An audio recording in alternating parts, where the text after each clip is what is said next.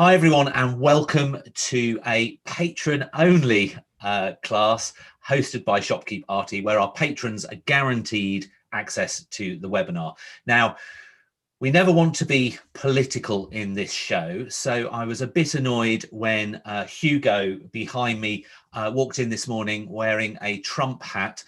He'd also wanted to wear a mask as a gesture of support towards Biden as well, just to even things out, but he couldn't fit it over his beak, unfortunately. So there you go. As you know, we scour the world for some of the best artists and provide free to all Arty class webinars every Tuesday. But on Thursdays, we hold patron-specific events to reward those of you kind enough to support us in keeping this initiative going for as little as 20 pence or about 25 cents per day.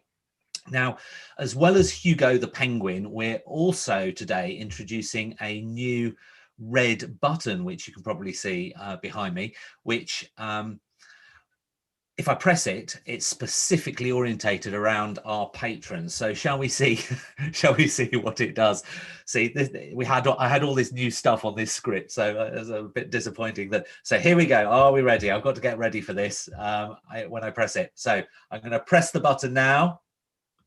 There we go. So it's to thank our new patrons this week. So we've got Annie Reynolds, Olivier Mass and AV Marks. So thank you so much for supporting us and welcome to our patrons patron channel. So we've got a few things coming up which I'll probably talk about a little bit later as well. So let me press the button again.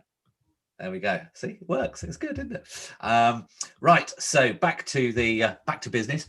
So if you're watching on YouTube, we do give preference to questions from our patrons on Thursdays.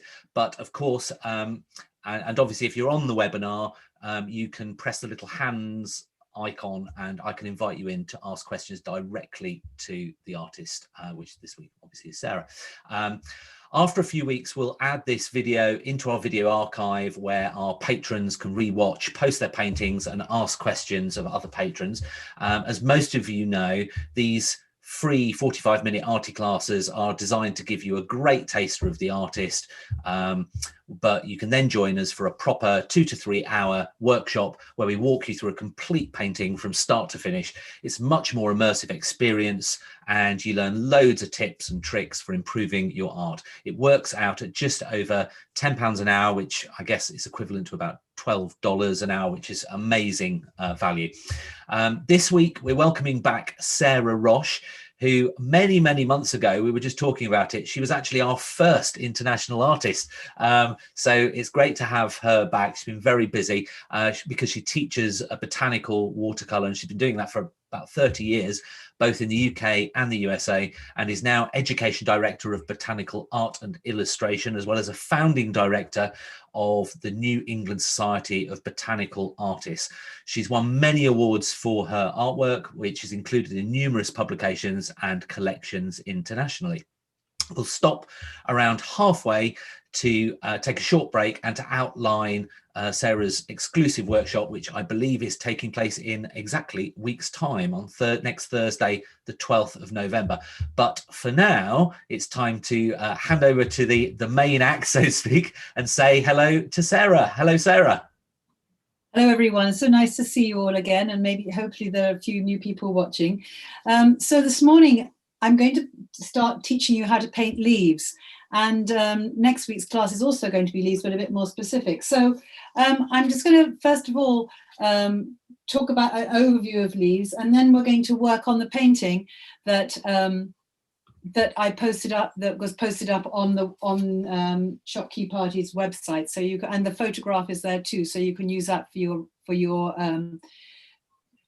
so you can work from it. But I just want to start talking first of all about leaves. So when you look at a leaf, a basic leaf, really a basic leaf, you see it's usually pretty symmetrical. It's got a vein down the back and it's a bit like an open book. So when I look at a leaf, you can see that there's the vein down the center, and one side, because it's got two different sides to it, one side catches the light and the other doesn't, depending on the angle you use. So I've got the light coming from my left, so the light is kind of catching that edge there, darker in the middle, light, and then dark.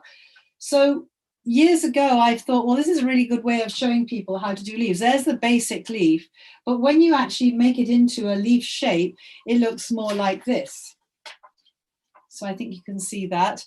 And my students call that the football. It isn't really a football, but you know, in America, footballs are kind of that shape. And so this is the shape of the leaf. And you can see it's a basic plan of where the light catches and where it doesn't. So it goes light, dark, light, dark. So when I'm painting, and here are some leaves I've got to show you. So a rhododendron leaf. I got all these in the garden this morning. Still, we've had a few frosts, but nothing is. I see a rose leaf, and you can see that's the basic shape. You can see that central vein and the dark down that. Oops, I can't really show you without my hand being in the way.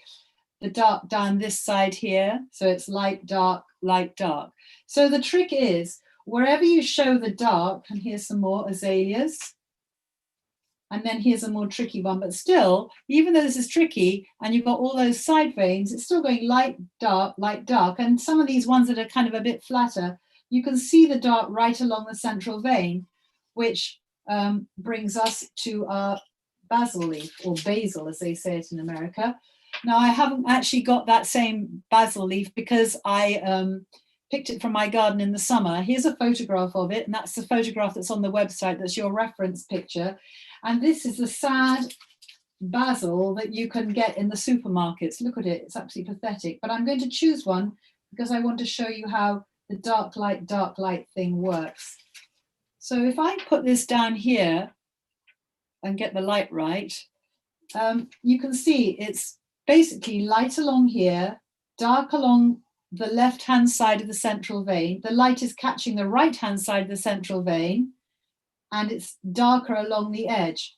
It also affects these little side veins. So when you have side veins and you've got that main dark along the central vein, on the right-hand side of these side veins and bumps, the dark normally catches those too. And if you look at the other side here, you can see the light is on this side and the dark is on this side all the way across. Now, the problem that people often have, I'm sure none of you have had, but the problem I've seen in the past with people painting leaves is they get so involved in all these little side veins that they forget about the main form. So the leaf can look really, really flat. So the way I like to work it out is like this. So you can see very lightly my drawing. And I always do a tonal study first. So there's the main dark light, like this leaf here. And then, so I'm going to put that down first in my first few washes. And then when I get into more detail, then I'm going to add those side veins. And you can see, because I put it on top of that basic foundational series of washes, which will be washes, these details show much more, but I've still kept the form of the leaf, which is really the most important thing. And I find that it's always a good idea to do these tonal studies on tracing paper, because if, like happened to me, you know, my leaf died many weeks ago, my basil leaf, they don't last very long. And if I've got this and I've got good color notes, it means I can carry on painting even when the thing has died. If I've got good photographs, good tonal study, good color notes, I can carry on. So I've got those, I've got my photograph, and I've got the actual leaf, because the one thing I find is with photographs, the colors aren't quite true because you've got the filters on the camera. So you can see, if I put that beside, you see it's a little bit duller. I mean, it's not quite that dull, but because these are dying a little bit. You see the color is a little bit duller. It looks quite bright and cheerful. I mean, they are bright and cheerful, but there's more variation in color in the real thing. So you can have a leaf, but it doesn't have to, of the same species, but it doesn't have to be exactly the same leaf in order to be able to paint it. So the other thing I do is I use two brushes when I paint, and I'll start doing that in a minute so that you can see. And I've also got my palette worked out, and I've marked all that out so you can see it. So I use, I haven't got my whole palette out here, just the colors I would use for painting leaves, but I'm going to start with this color, lemon yellow nickel titanate. And for those of you who've painted a lot, you're saying, why? I use basically transparent pigment. I say, why is she using an opaque pigment to start her off? And the reason is because I use hot press watercolor paper, and it's very, very absorbent. And as a lot of you probably know, if you paint with transparent pigment, it often can be very staining. And when it's so staining, you get that onto the page and you can't move it around. It's just sitting there and you think, oh my God, I just got this great blob of color I do not want. So this is my trick for actually being able to move the paint around. So I use my two brushes. I've got my paintbrush, and you might have seen this when I painted for you last time doing that rose. Actually, this is going to be my paintbrush because I already mixed up some color. And I use very thin layers of pigment. So you can see now I'm mixing a really light wash. So because lemon yellow nickel titanate is opaque, you don't want to have too much of it. If I really take a lot on the side, can you see on my brush that the actual, you can see the white in that is actually showing up. So I want to get rid of that, get a very, very dilute wash. So here's my dilute wash. I have my water brush also ready, and I always have, oops, my pencil's fallen in there. I always have a piece of paper towel nearby because I like to make sure I wipe my brush's nose so it's not too wet, even though so it's like a controlled wash because it's quite small. So get my first tonal study, which is right there. You see, and I said, okay, I'm going to go, the first one, I'm going to go light, dark, light, dark. Now, the reason I do it that way is quite interesting. And I'm not sure how true this is, but I think it is quite true. So I've gone down this outside first, and I'll show you again. So I paint down the side, and I'm sort of pulling the paint in a little bit as I go. And before that paint dries, I go along with my water brush and just pull it out. And now I'm going to do the same on the other side. I think it might be better if I have my palette here because then I won't keep putting my hand over. Wait a minute, just quick reorganization. Just saw my hand flitting right across the screen there. Who needs hands? Who needs hands or arms? I know, they really get in the way, don't they? All right, here we go. So if I go down this other side, I'm going to go right down the left-hand side of that vein. I'm not worrying about losing the highlights because they're all going to be affected by the form. But what I was actually saying is that it's interesting that in Western culture, when you look at paintings, you usually see that the light source comes from the left because we read from left to right. And so that's the way our eyes are trained. In a lot of other cultures where they read from right to left rather than left to right, you might find the light source is the other side because that's the way they look at a page. All right. So after that great gem of knowledge, so I've done my lemon yellow. So my next mix I'm going to use is oh wait, no, I've forgotten one key part. The other thing I always do is what I call a splodging strip, basically like a test strip of the colors I've used. So you can see I'm going to put this down the side. I put it down at the same consistency and the same, oh, it's funny how words disappear, the same dilution as I use. And I also make a note of what it is because it's amazing. You might think, okay, I know exactly what that is, but you might forget. Lemon yellow, nickel titanate.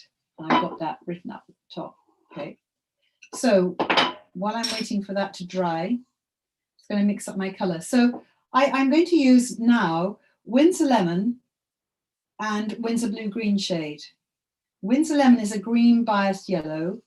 Winsor Blue Green shade is a green biased blue. That's going to give me quite a bright green. But you can see I'm using it in a very dilute form to start with because I'm going to build up from my lightest values to my darkest values. So now my splodging strip is dry. So I'm going to try that first color. And I'm going to go down a little way because it's a cumulative exercise. So I'm putting one color on top of the other. But I think that works quite well. There's my painting. I'm all discombobulated here. Where's that leaf gone? How can a leaf disappear? Oh, there it is. Okay, let's go carry on. So next layer is lemon yellow, which is Winsor Lemon actually. So Winsor Lemon and Winsor Blue Green shade, and that's layer 2. That's layer 1, layer 2. And I'm going to put that down first of all. So I usually start going down the side where I see the dark, the side of the vein. So this is quite narrow here. I'm going to just paint it in. I'm not worrying about the side veins yet. I'm just going down this main central part. I'm working quite quickly because I don't want it to suck in. I'm actually painting on Moulin du Roi 300-pound hot press paper. And you can see now what I'm doing is tickling out the edge of that. And I put a little bit down the edge just because I don't want to have that pencil line getting in the way. And you can see I've kind of reserved a highlighted area in here. And I'll do the same down the other side, but I'm following the layer that I put there before, and I'm following my tonal study, which is this. You can see it's darker down that side. I'll also press this, it's right in the way. Okay, now I'm going to go down this side. So I'm going along the edge, and you can see I'm just using the tip of my brush, going down the edge, and I'll pull it in a little tiny way. Now the trick with a water brush is to make sure that it's slightly drier than your paintbrush. So I kind of twist it as I dry it. So it's just moist. It's not as wet as the actual paintbrush because I don't want the water running backwards. So I'm going to smooth that edge. Oh, your camera's just decided to show a lovely photo. Wait. I know. It's because usually, wait a minute. Just got to, oh my goodness. Wait a minute.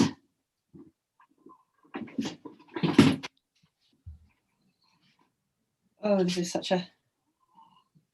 If I go from the computer now, will it? Well, it is back now. It's absolutely fine. Yeah, I've run down to 10%. Oh, okay. Hang on. What happens if I do that? Is that That's okay? fine. Yeah, that's okay. Yeah. I think it's charging now. I hope it's charging, or I might just disappear. Something has happened with my iPad. It's not behaving very well these days. Okay, so I go back in and go in a little bit darker now. So this is my third layer, and it's looking a little bit bright. So I think I'm going to add a tiny bit of ultramarine to this now.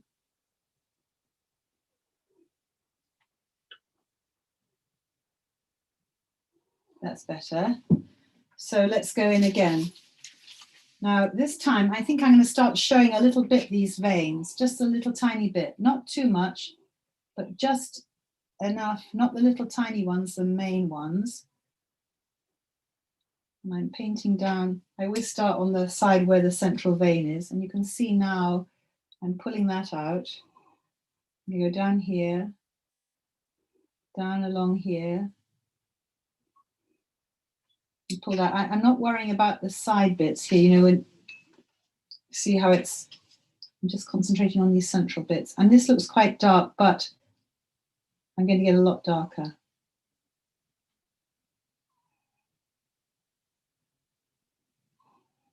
Okay, so I'm going down into, and I've drawn these veins in very lightly. I actually drew them and then I used a putty eraser to pull them out a little bit because I don't want any graphite getting mixed up in my watercolor. Okay, keeping on going down.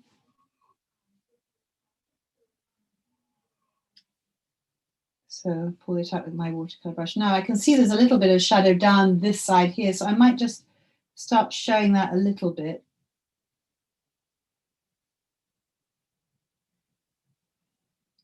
There's such funny shaped basil leaves. They've got all sorts of weird stuff going on. All right, now when I look at these ones, you see how it's very obvious that the dark is on the outside edge. So even though I'm going to probably go down into the center in the end, I'm going to start from the edge and work towards the center using this color I just mixed up. So remember, it's Winsor Blue Green shade with Winsor Lemon, and then I mix those two colors together and then add a tiny bit of ultramarine. And go down this outside side as well. And then pulling in, go down this side here. I'm just using the tip of my brush.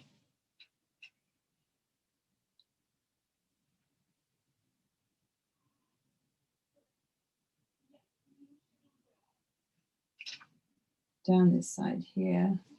So I haven't touched this part in the middle yet. I'm trying to reserve that because it really is quite light.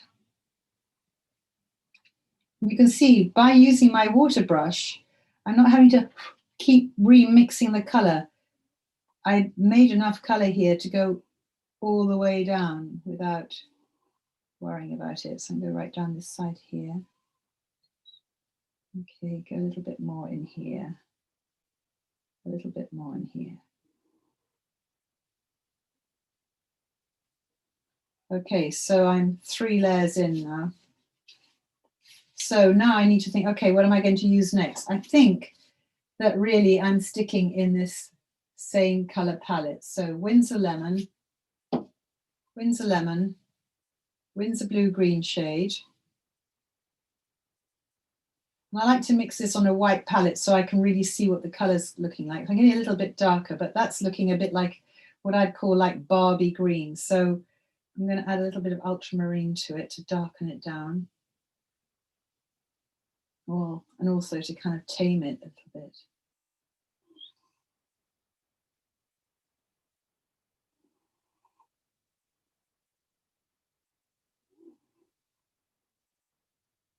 So I do take a little bit of while mixing my colour. Right, so remember when you try it out, try it over the colour you've had there before. Whoa, that's quite bright. So to make it less scary, add a little bit more water to it. If you go too dark too quickly, you're cutting out all those little nuances. Okay, so I'm going to go in again, doing the same thing. Maybe add.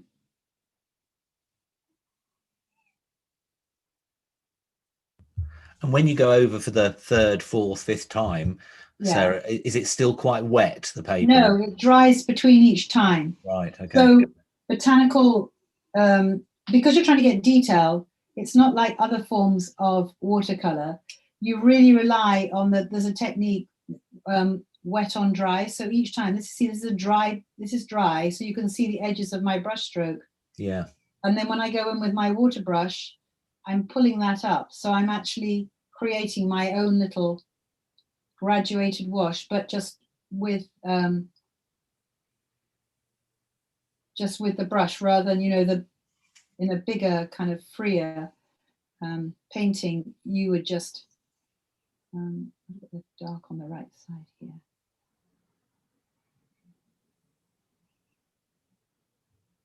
So yeah, so I'm looking at this and think, okay, the dark is the top edge of each one of those. So I'm going to leave that one and come back to it.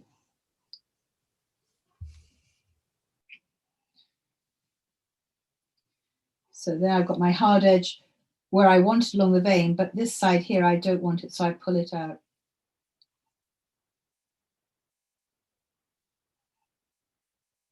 Dark down there, pull it out. And this is a funny one because it's got this kind of crease. So as you get further in, you really find you have to use your paint a little bit drier. And there's a definite technique. I was actually talking to my students about it yesterday. It's called dry brush, which it isn't really dry. It's kind of, well, I suppose it's not a very nice word, but it's moist brush, really. It's not a dry brush, but I'll show you in a minute. You load your brush up and you really wipe it so it's almost dry, and then you draw with your brush. And some forms, some areas of botanical art, you really use just this dry brush technique. So when I'm working on vellum, calfskin vellum, which I do quite a lot, I can't really use washes. I have to really go just dry, because when you're working on an impermeable surface like vellum, which is like a bit like painting on ivory or something, if you start putting a big wash on, you'll lift all the paint up that you've so carefully put down underneath. You can see now I'm beginning to get that dark in here. I'm just pulling that out with my water brush each time. And I switch hands.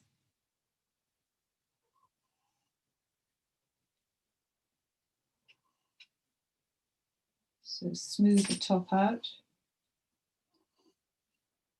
Go in with the other brush. So the important thing when you're using this 2-brush technique is that both brushes are the same size, or maybe if you're having trouble you're still controlling the amount of water in your brush, in your water brush, you can also do it with your water brush being one size smaller than your paintbrush.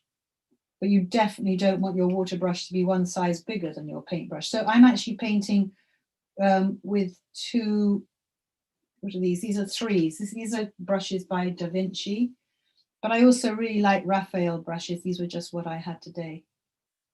I go through phases, trying new brushes. So you can see I'm kind of mapping out and building up, but I still haven't got anything down that center part. So once I've got a few layers down, so I think really I'm almost there with that part of my tonal study. So now I'm going to move into really, I've mapped these out. They're very similar to what you see there. So now I've got my leaf, got my tonal study, I've got my photograph, or really hopefully I'd have my real thing, because I don't really like working from photographs. I'll start getting darker. And this is where I start getting a little bit drier, because I really have to go back in and draw the colors. So now I'm using it, I'm just changing color a tiny bit. I'm using New Gamboge, which is here, and adding, I'm really using the green I had before, but adding the ultramarine and New Gamboge to it. So if you think New Gamboge has got a little bit of red in it, ultramarine has got a little bit of red in it. Oops. So I'm just trying to influence that green and make it a bit duller. And the mixing part takes a while. And now my dog, you hear I've got a 17-year-old dog who's just a bit crazy. Let's ignore her till she barks. Okay. Wanting a bit of attention. She's definitely gone a bit bonkers in the last few weeks. All right, so now you can see I'm really going down here quite dark. And I'm going to just pull it out a tiny bit. So I really have to dry my brush. See how I'm really drying it out? Then before it gets any drier, I'm just going to pull out that outside edge.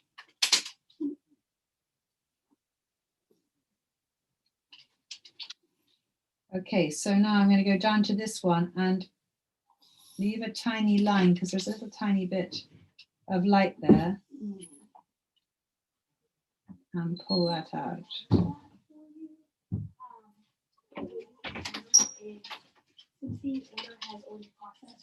No, my daughter's come to my aid. That's good. All right. Do this one here too. So you can see I'm just using the tip of my brush and pulling it down, drying out the other brush.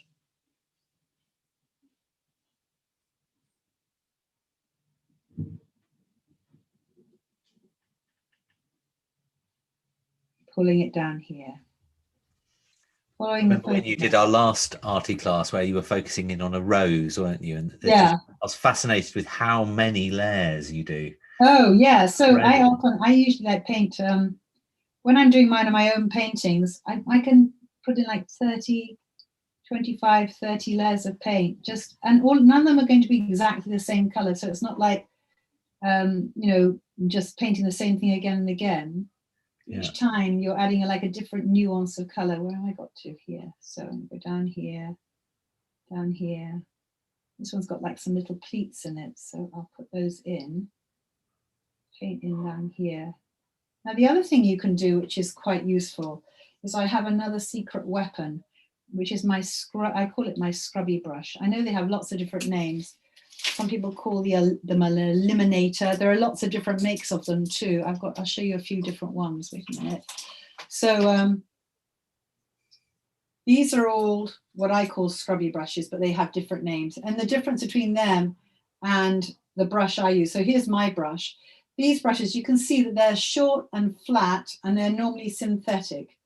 And what you can do with them is, if you decide you want to lift a little bit of highlight off, you take this brush, you use the sides, you dry it down either side so you get that nice flat thing. And I just wanted to lift off this edge a little bit. So you don't want to, actually I call them a scrubby brush, but because you don't want to scrub, but you can see how it's lifting off that color where I'd got a bit dark. I'll just use a bit of paper towel now just to lift off any excess.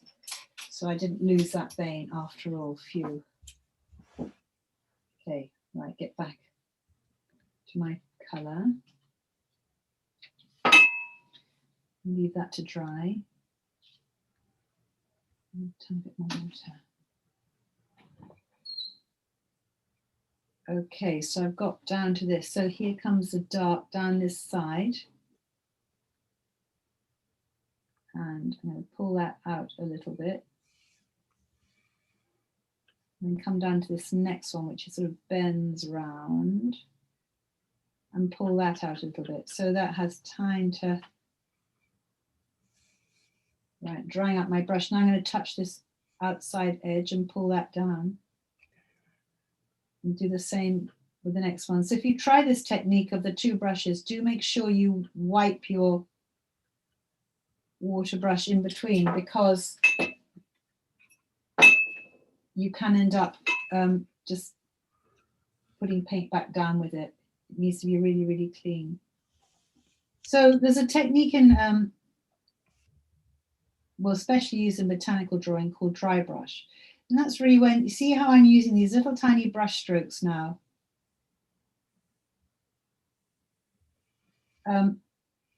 Rather than using the side of my brush and doing a big sweeping wash, it helps you really control where your paint is going to go. And it has this name, but I mean, people just use it anyway without knowing that it's called dry brush. So here I'm going to go along the outside edge of there and just smooth that out a tiny bit.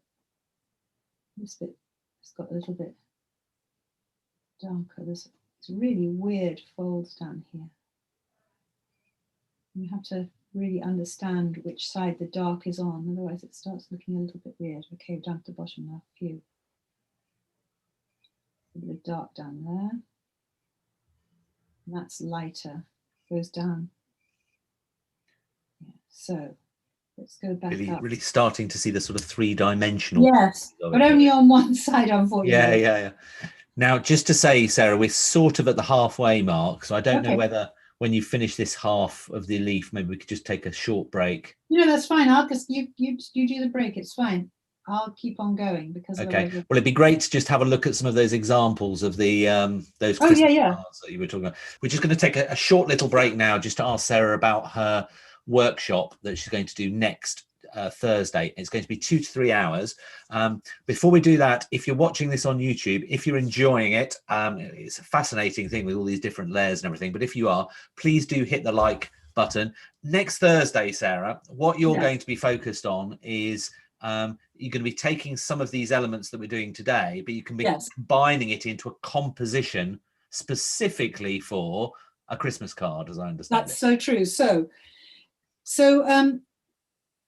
we're going to take some of these basic techniques I'm showing you of laying in a wash and stuff, but we're going to make it a lot easier so that this takes hours and hours. I'll show you in a little while when I finish, but it took me about 4 or 5 hours, which of course we don't have.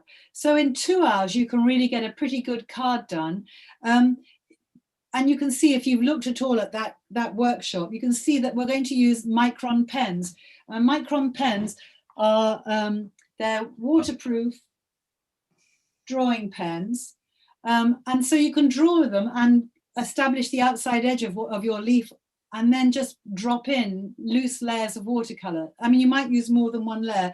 I found some paintings, some Christmas cards done by students of all different standards, so don't judge, because as you can see, there's all sorts of different standards, but they're all amazing. Because the really amazing thing about these Christmas cards is that we're going to paint larger, but when you actually put an image on a Christmas card, you're going to reduce it so they look much more eye-catching, even something very pale. And with that line around the edge, they look great. So I'm going to put them on here so you can see them. Yeah, that'd be great. Let me just put a piece of white paper over the top of this. And it's all very timely, obviously, because I'm sure a lot of you are all starting to think about and Christmas and everything. More. So we thought it was even a really good topic. Keeping in touch with cards and stuff. Exactly. So important. So there's one. Done. And here's another very simple one. Here's another one, and you can see the one element. We're going to do something a little bit like this, and I'll post a photograph that you can follow, or you can change it and do your own kind of version. Here's another one with ivy. It's got a little bit of greenery in the background. Here's a very different one. I think this should go this way, which has got a bit of silver birch in the back. But you can see they're all variations on a theme. Some people, so if you decide you'd like to make your own Christmas cards, and I think John has a whole way you can do that. You can see some people could put calligraphy in, or you could actually do a little bit of photoshopping afterwards and add something that you like, or some use some type. You can put an edge on them to make them a little bit more interesting. Here's a big you can get one. really, really creative. You can get But really don't fancy. they look, I've just shown you some all of them look so professional. I mean, they're brilliant. They do, and they really are very, very simple. Yeah. You know, I mean, they can start being like something. And this is a really, really basic one. But if you took that and you made it much, much, much smaller, even that, which is really, really basic, will look pretty. It would look great. Yeah. So we're going to actually, and I'll help you. These are some of the study pages that will come with it, so it helps you with the mixtures. We're going to talk about how we paint ribbons, how to make them look, how to fake, if you want to put some pine needles in, how to fake those. You can see, look, there's that leaf, dark light, the light's obviously coming the other way. Here are these little difficult kind of little conifers, but there's an easy way of doing those. How to draw a berry, how to get the highlight, where to add the water. So I mean, it's a really fun class. I've been running this class in my kitchen for probably the last 15 years, and people always, the reason I have all these cards is that every student who comes has to agree to send me a card when they get it printed. And oh, that's nice. That's yeah, nice. the nice thing about it is, I'm trying to find one, that I always get them to put calligraphy and design, whoever it's by, put who, you know, it's your copyright, original artwork. So yeah, people, that's lovely. oh my God, they're amazing. It's got, you know, their original artwork, and I'm sure you can do that on your system. Yeah. And the year. So some people collect these. They say, oh, you know, my friends collect these, and you know, they look sweet in a little frame up on your mantelpiece at Christmas, or you can have them made much smaller into gift tags, or you could repeat the design. Yeah. Make it into wrapping paper. There are so many possibilities from such a very simple little drawing. So that's what we're going to do next week, and hopefully you'll get it finished and you'll be so ahead of the game. Won't that be amazing to have your own professional quality looking Christmas card, and people will go, oh, and then they'll look at the back and they'll see your name. OMG. It'll be really good. So so next Thursday is quite a big day, actually. So obviously we've got Sarah's workshop in the afternoon, but let me just show you how obviously you can book it, but also what is actually coming up on that day. It's quite a biggie. So hopefully you've... Am I going to be outplayed by whatever else it is? Oh, no. It's all an interesting day. So you obviously visit Arty classes on Shopkeep Arty, scroll down. And so next Thursday, it kicks off at 10 a.m. with a private Q&A with myself, with my patrons, and what we're going to be talking about is some of our products that we're adding, which include fine art greeting cards, which can be used for these Christmas cards, also wrapping paper, and also museum quality prints. I know some of you might want to do prints for things for Christmas as well, but you can actually create your own with your artwork, and I'll be talking all about that on an open Zoom call with you as my patrons. So that's 10 o'clock.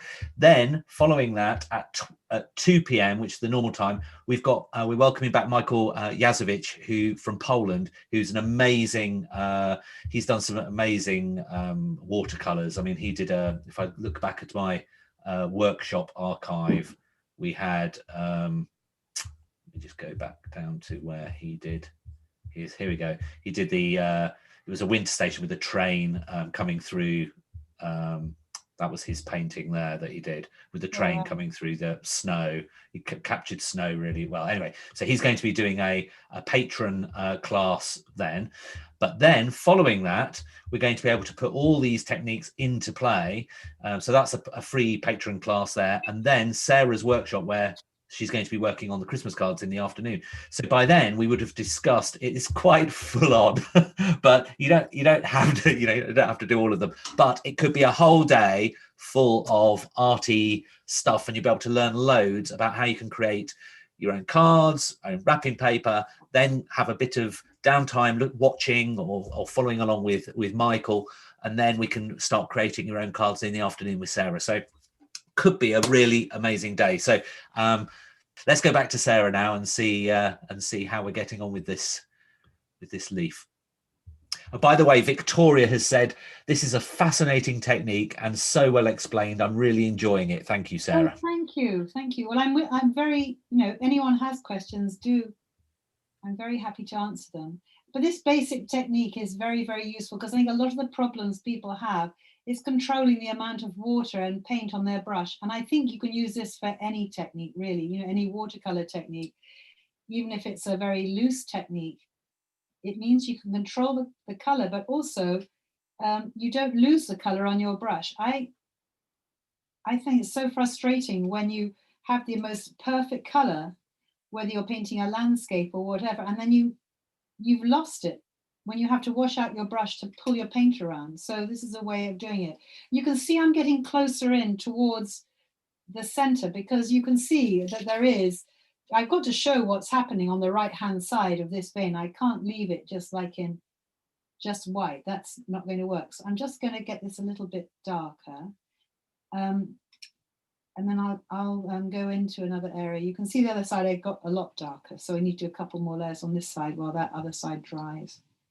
So the trick of this is that you paint along the vein and then paint down to the vein. So it's a little bit, it's a lot about brush control, making sure that you're just using more of the tip of your brush than you do in other techniques. Of course, I was wondering I couldn't see that so well. I've got my turbo glasses on. Here we go. So you're using the tip of your brush each time and pulling it in. Okay. There's also, I think I talked about this last time I did some Arty class, but there's a lot of theory about the fact that, if you, in order to be a good painter, or even a proficient painter, which that's me, a proficient painter, it's really good to engage both sides of your brain. And you can see I'm holding my brush in the other side. This is not drying very quickly today. In my other hand, that's helping me really keep right-brained. I don't really know where my brain is right now, actually. Okay, so I can see there's a very, very light line down this side. So I'm going to put that in now just to give me an idea. It starts looking a little bit more realistic. So I'm just going to soften that edge. Even that tiny line I can soften. Tiny, tiny bit down here. Although there's a big highlight at the bottom of here, so I'm going to leave that alone. This is really quite dark along there, so let's put that in.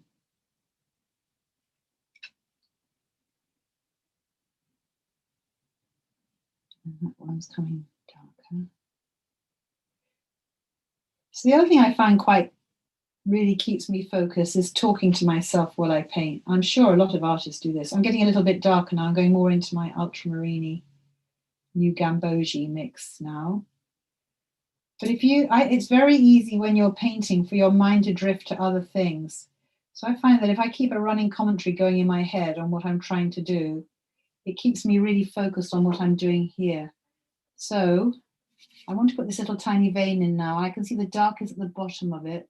Where did I put it? I'm going to put it here. So if I paint that in there and I pull down the paint, it's not a big enough vein to have put in before, but now I'm getting darker. I can start putting in some of these little veins. So my water brush is quite dry. I want to put a little bit, there's kind of like a little lip on the edge of this. So I'm going to come in a little bit from the edge with my paint. It looks quite messy, but I'll just pull that edge in and it just starts giving me that vein. So going down the lower side, and there is a little side vein coming in, so I'm going to put that in now and come down this side here. So my brush is kind of pointy, but it's almost like a chisel brush at the moment. You can change the shape of your brush depending on how you're how you pressure it. I always start by loading it up and twizzling it round so I get that nice point. But you'll find as you paint, the brush tip kind of changes slightly. It changes in character, and you can use that. See, now that's getting probably near the right color. I added a little bit more new gamboge, which I think it needed. So that has a little bit of, but most of it is down here. Got this great big bulge. And the other way I can show that bulge is actually to accentuate it. So as a botanical artist, you're a bit like a caricaturist. I want it really to look bulgy, so I'm going to really push the bottom part of that in. Ooh, I've got scary dark there. Daring. Go back to this one here. Do the same thing here.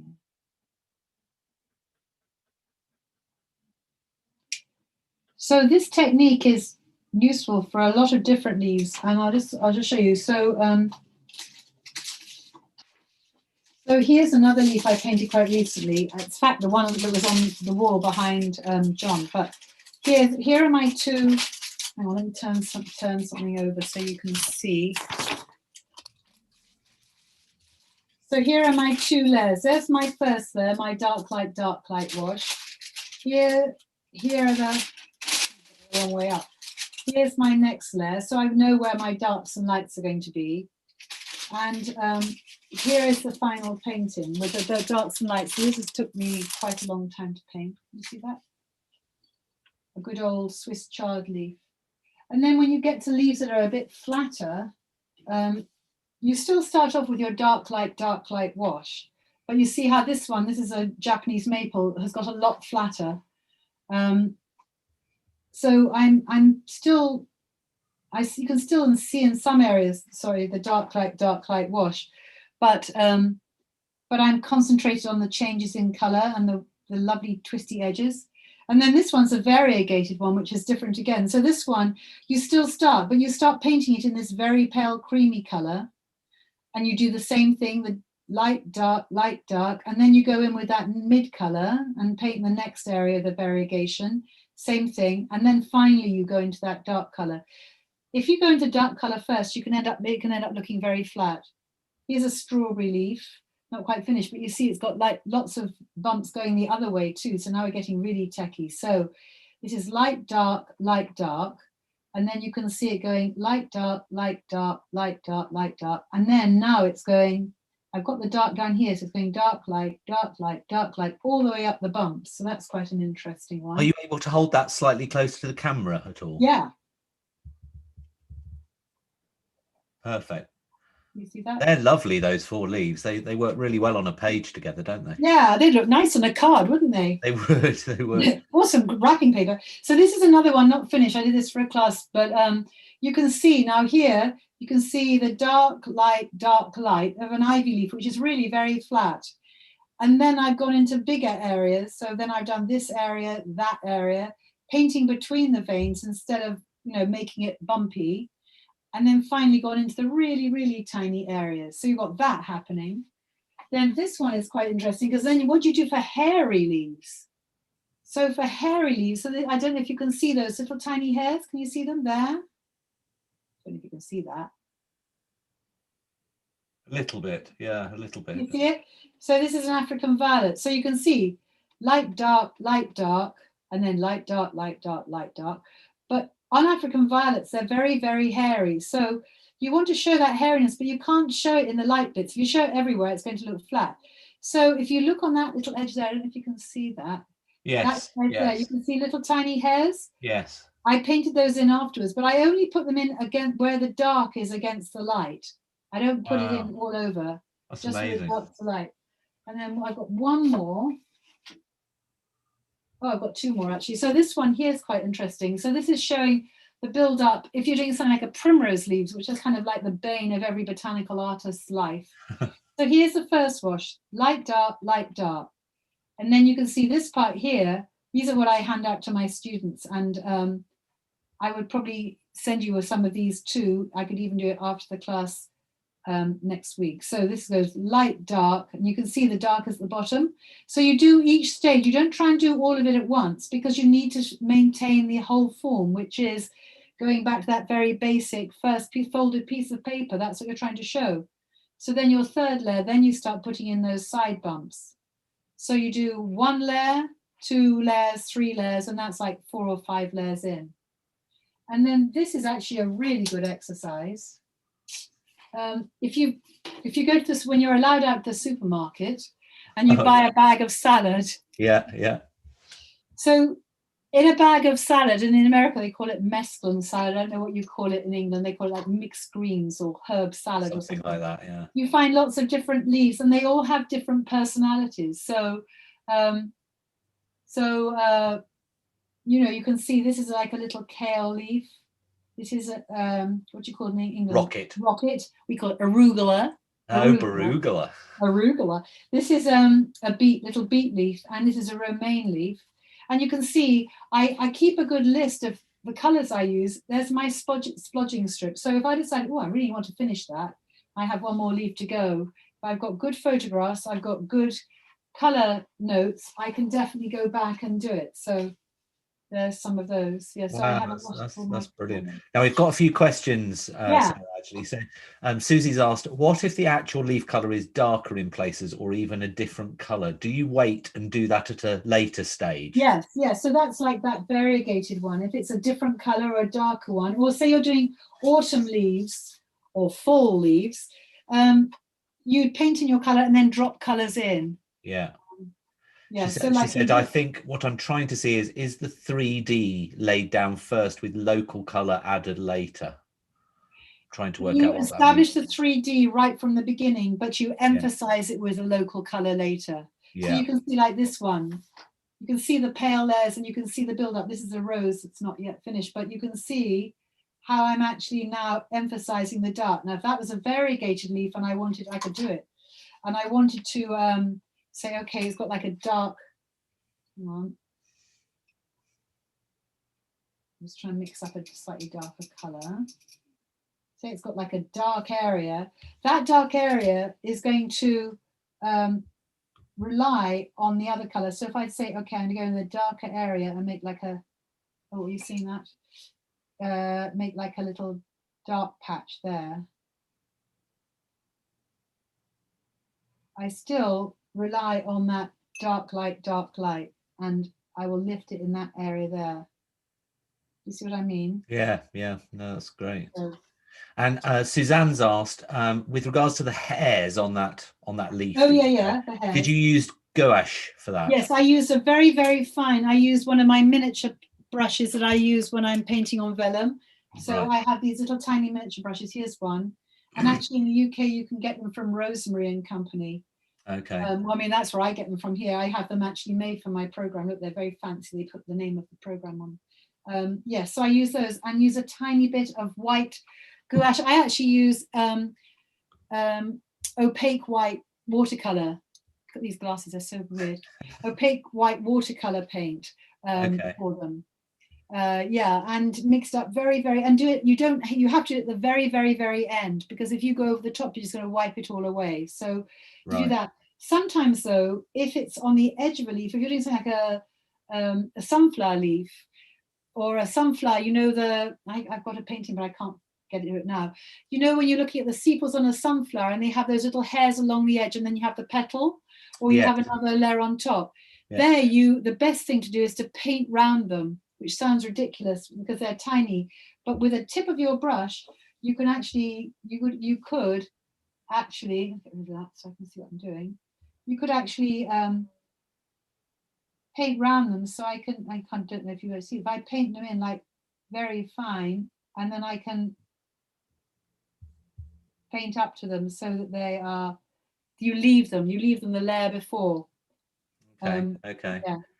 Well, I unfortunately, we're coming up to time. It passes so quickly when you're having fun, as they say. I know. No, that's why next week will be good, because we'll have a lot more time to go through. I think when people ask questions and stuff in that class, if it's 2 hours, they must be able to get me to repeat. If they want me to repeat a process or explain something I'm doing, I can do that much more, can't I? Rather than here, I'm whistling through. And then I can see this is looking three-dimensional, but I'll show you the finished one. Yeah. When you see it finished, and you can see my splodging strip down the side, you can see all my color notes here. And you can see I've really gone into those dark layers and built up. So here, if you look at it beside that one, you can really see the difference. Yes, definitely. Layers. Yeah, definitely. Now, Susie said, your glasses are actually brilliant. What are they? So these are, so it's a pair of crazy granny glasses, because no one will steal those. So they're quite strong glasses. So for drawing, I use those. But when I'm getting into real detail, these are amazing. They're from Japan and they clip on. So look, they clip on. Right, okay. And I have different strengths. Different strengths. Right, so okay. they clip on and they're really useful, but you have to watch out because I'm teaching and I have my iPad. I can have terrible crashes because they stick out so far. But yeah, I can't see a thing. If I walked around with these down, I probably would be sick because they're so strong, but they are very handy. There are so many different ways. Some people use a hand lens, but I like to often hold what I'm doing, and I got my two brushes. I can't have a hand lens, two brushes and a leaf in my hand, so this works better for me. Brilliant. And Sally's asked, where did you get the nickel paint from? The nickel titanate. It's I use all Winsor & Newton paint. So okay. There's a list. If you look on the Shopkeep Arty site and look at my little bit, my whole equipment list is there of all the brushes I use, the paper I use, my whole paint list. I have a very limited palette of paint. Because it tends to be the same on each thing that we've done, doesn't it? Yes, I don't use any different colors. I might introduce one or two, but I use the same colors each time. I was just looking for my basic palette, but basically I use 2 yellows, 2 blues, 2 reds, and then I use raw and burnt sienna, and then my lemon yellow nickel titanate, which is not a mixing color. Never mix with that. Only use it for laying in the first layers. So you could basically use any slightly opaque color, or you'll see in some teachers will talk about a tea wash, which is basically, it's like a very, very watery wash, which kind of acts the same way. So basically, if you're using a hot press or any kind of absorbent watercolor paper, it's a bit like sizing a plaster wall. You know, when you put your first layer of paint in, if you don't kind of put a watered down layer first, it soaks in. So this is like sizing it with the nickel titanate before you start really putting down the colors you want. And you're also transferring your tonal study. So, brilliant. Well, we're coming up to time now. Now people are starting to ask lots of questions. It's typical. Well, but we're going to have, hopefully you can join us next week, because I think it's going to be a really, really informative. You can tell Sarah knows so much about all this stuff. And if you want to get into the whole chemistry and the biology of the physical nature of leaves, and you never really thought that I never really gave leaves that much thought, to be honest, but when you look at those paintings where they're all next to, they're all so different. They've all got a different chemistry and makeup. It's brilliant. So and I think it'll be a fantastic opportunity to kind of create something. So the class next Thursday at 10 a.m. I'll be basically going through some of the suppliers we've now partnered with for creating these cards. You can use that or not, it's totally up to you, but it will be really informative. And we've specifically found some suppliers that do museum quality print and paper that they use. So it's really good quality. And then joining Sarah's thing later, you'll be able to really dive into this and create something. So next week's going to be a little bit different. It's going to be able to create your own items that you can then use or sell or whatever you want to do. So now, before I forget, we've got a Facebook post. Go to Facebook, type in Shopkeep Arty. There's a Facebook post about this particular class on there. If you've started creating your own leaf this afternoon and you want to finish that off, or you've finished it already, please do post a painting, a picture of that painting on there. Sarah will be able to have a look at that as well and maybe comment on that later. It's always fascinating to see what you've all come up with. If you're watching on YouTube, the link's in the description as well to that Facebook post. So please do post that on there, because it's always fascinating. But I think that's, we've got a few other questions. How do you do the original drawing? Is it freehand or a copy? It's freehand, but it's a measured drawing. So I use these, which are calipers. Hold on a sec. There we go. Yeah. Yeah. So I will actually measure the width and the length. Okay. Yes. Yeah. And I can explain a bit more about that next week. Yeah, I But think I that'd want to be. say two things, John. First Yes. of all, if anyone has, if you post your stuff, but if you want to ask me questions, you can ask me on that Shopkeep Artsy page, or you can go to, that's probably the best way. And I also Yeah. have my Yeah. own Facebook and Instagram page. And the last thing I want to say is John Ruskin, who was a great artist, he said, if you can paint one leaf, you can paint the world. Oh. So take that and Yes, put that in your pipe and smoke yeah, it. put that in your pipe and smoke it. Right. Yeah.